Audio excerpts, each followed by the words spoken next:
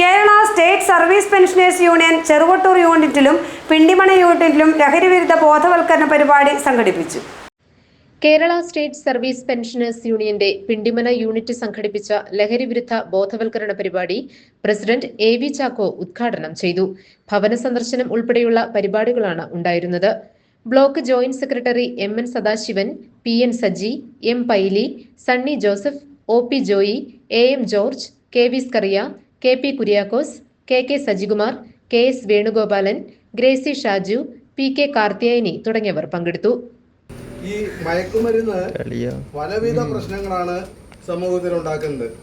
അത് സാമൂഹ്യ പ്രശ്നങ്ങൾ ഉണ്ടാക്കുന്നുണ്ട്, ആരോഗ്യ പ്രശ്നങ്ങൾ ഉണ്ടാക്കുന്നുണ്ട്.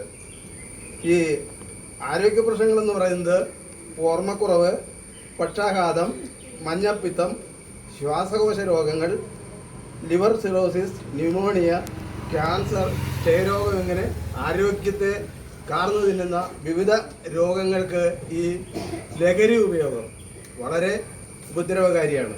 അപ്പോൾ അതിന് വളരെ വ്യാപകമായ തോതിൽ കേരളത്തിൽ ഇപ്പോൾ വ്യാപിച്ചിട്ടുണ്ട്.